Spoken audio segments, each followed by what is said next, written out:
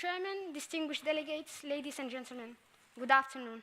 Thank you for giving me the opportunity to speak before you on behalf of my people, the people of Western Sahara. I am Fatimatou Statment from the Sahrawi refugee camps in Tindouf, Algeria.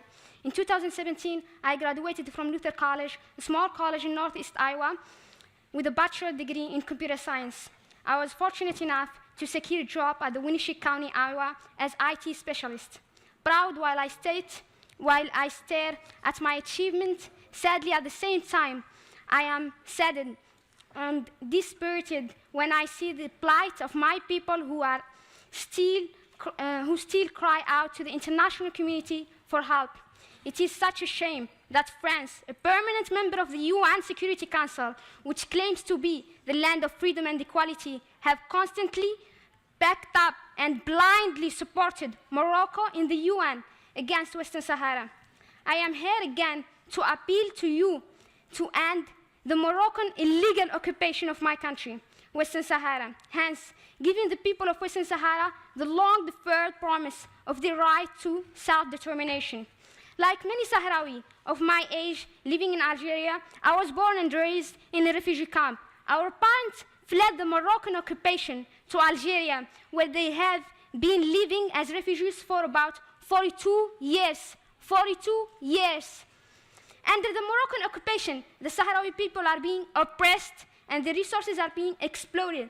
They are made to feel like foreigners in their own land. For the past 7 years, 19 of 24 group of Sahrawi political activists, known as Gdim Group, from the occupied territories of Western Sahara, have been imprisoned on arbitrary detention.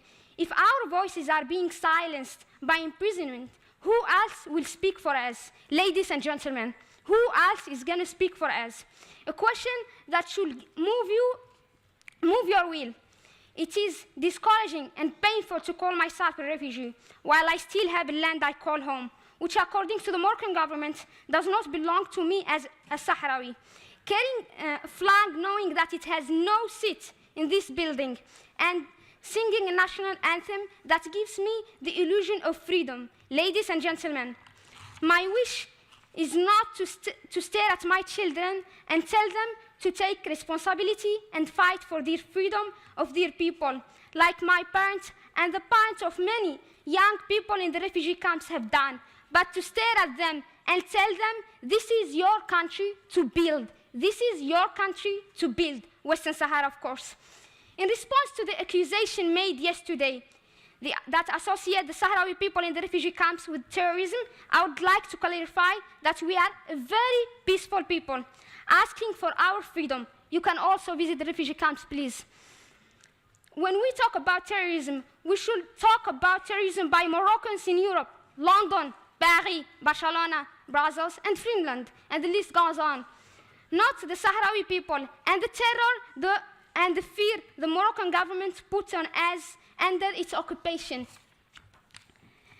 In conclusion, ladies and gentlemen, the women and men of Western Sahara have proven to be educated, hardworking, and responsible.